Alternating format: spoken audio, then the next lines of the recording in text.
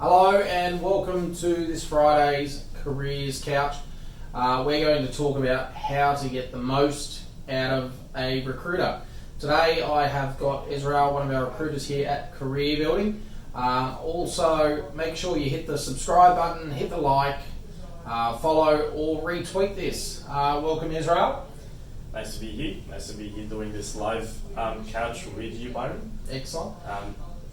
So today we're going to be talking about why and how you should use your recruiters and how you can build a good relationship with them to help you out in getting a job. So let's talk about that. What's a tip that you would say for a candidate looking to reach out at a recruiter? What would you say you'd want to? Exactly right. So firstly, we'll start with saying why you should do these things. Because number one, recruiters would be your main source of help in trying to get your job. So without that relationship built with them, that you can, if you've got a recruiter already that you know helps you throughout your whole career, you never know when you're going to move. They will really help you out when you're ready to move to the next job. I think that's pretty accurate. If you look on seek.com.au and you're new to job hunting or haven't done job hunting in a while, most of the ads are recruiters. Yep. They're not companies applying direct. And a lot of companies don't really have that much success unless they do go through a recruiter, due to they're not doing it 24 hours a day, 7 days a week, Yep. kind of like our team is. And what else do you recommend? Look, the number one thing would be to make your recruiters know how, what you want in regards to the salary, the project, where it is, what type of companies you want to work for, and which people you want to work for in the industry, because it really helps us out a lot on knowing which people to approach and which companies that you'd be suited for. I think that's a good point. Wanting to know what companies you want to work for. A lot of candidates come into our office and they have hopes or dreams of working with some tier 2s and tier 1s and whatever. But once you do some open-ended questions and actually ask them what they believe that they wanted isn't actually what they do want to get out of their career. It turns out to be a completely different company. I think asking those questions and finding out the deep drives in a candidate of what they want, and even the style of projects. We work in construction. A lot of people, if they want to work on a RMS project or a rail project, or they're looking to get out of bulk earthworks or something like that, and it's very important to identify what they really want to get out of their career in the next step, because it is a big move. Changing companies, it doesn't really happen overnight. It's a well thought out process for most people. What else? Exactly right. And another thing would be, obviously, as Byron has mentioned, you will have to meet with your recruiters. And one big tip that I'm going to give you would be to not present yourself badly. Now, yes. you don't want to go in there wearing a ripped shirt or a thongs. Yeah, thongs. Yeah. Or obviously you work on site, but obviously you don't have mud all over your shirt or your pants.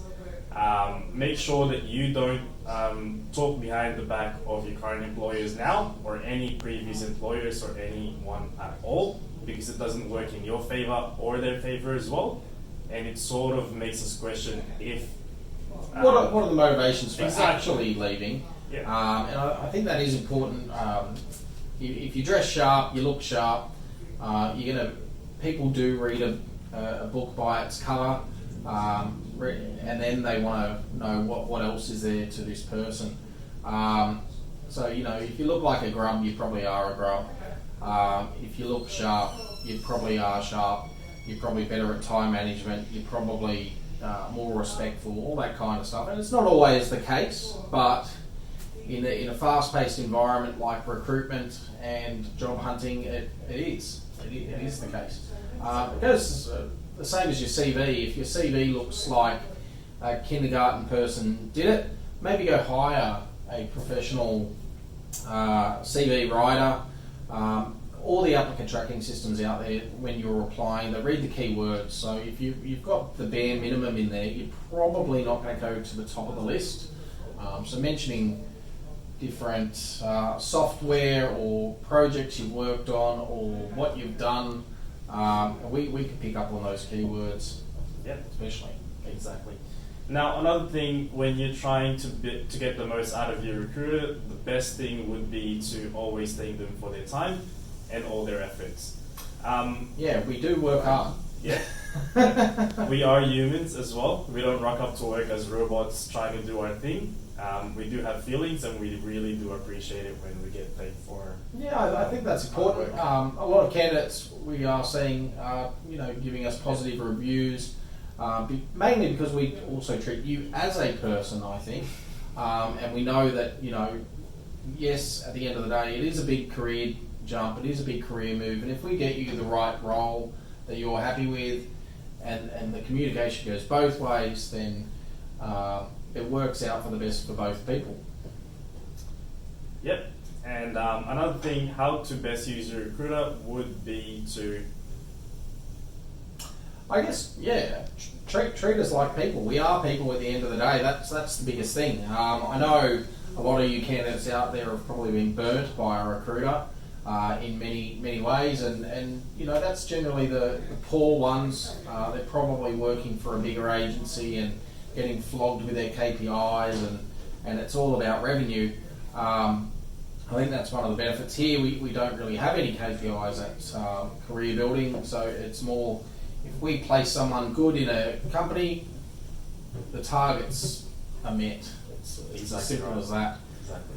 Now, a good reason as well, or a good tip on how to use us the best would be to let us know who you've approached, not just the companies, but also the recruiters if you can.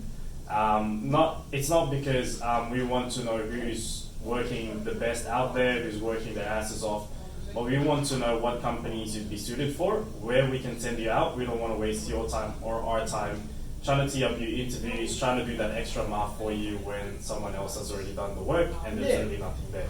Yeah, that's correct. It is a waste of your time. It's a waste of the recruiter's time. If you've been sent out to company A and you don't mention that you've been sent out to company A, it makes you look foolish. It doesn't do anything for your getting you the job. It just makes you look foolish, makes the recruiter look foolish, makes the other recruiter look foolish, and it's a waste of everyone's time. It really is. Hiring managers absolutely hate it.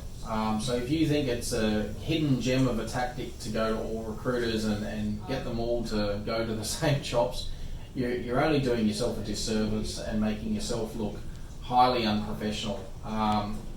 It is important that we do know what companies you have approached. It is important to know what projects you want to work on, and it helps us best align and point your career in the right direction as well. Exactly.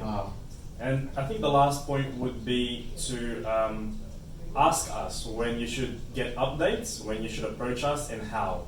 The last thing recruiters would want would be a candidate who's calling them up 10 times a day, asking them, hey, have you heard back from this company, and the other company?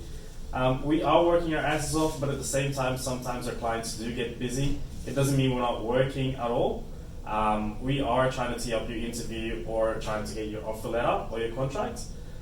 Just be patient, and obviously your recruiter would always tell you the ways to communicate with them, whatever platform it is, whatever mode it's in, and it just helps the recruiter have a little bit of space and try and actually do their work, and they haven't forgotten about you.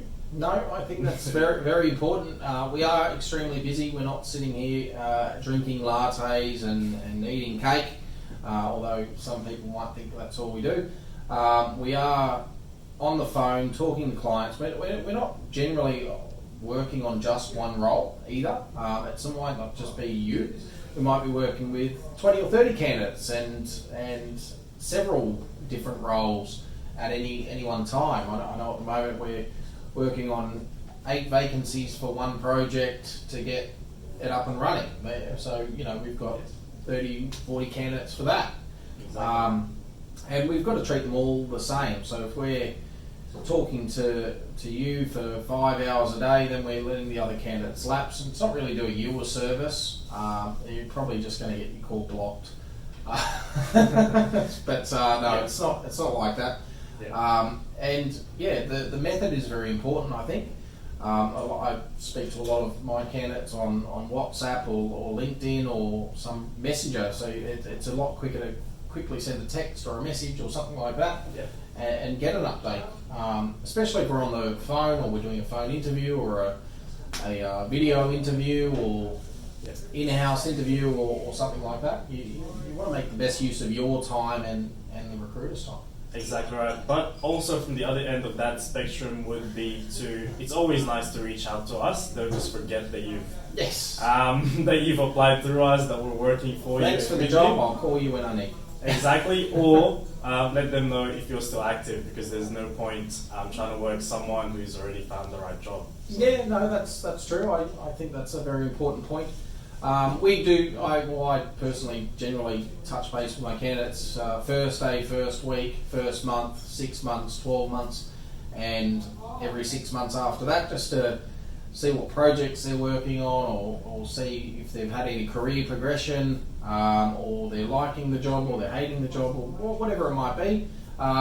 It's just about building the relationship and keeping it going. And a lot of those candidates that may have started as a project engineer and now a project manager, and then they GM and etc. So they do get that career progression, and then they end up using our services anyway. So I think it's important to touch base regularly. Exactly right. I think that's all for today on how to best use your recruiter. Yep. As always, thank you for joining us today with our live couch. Yep. Make sure you like, subscribe, follow, share. We are on Instagram, YouTube, Snapchat, Twitter, all the works. If you like this, you can also follow the podcast at The Career Couch on Spotify, Google, and the works if you don't have time to watch the video. And see you next week. Bye for now.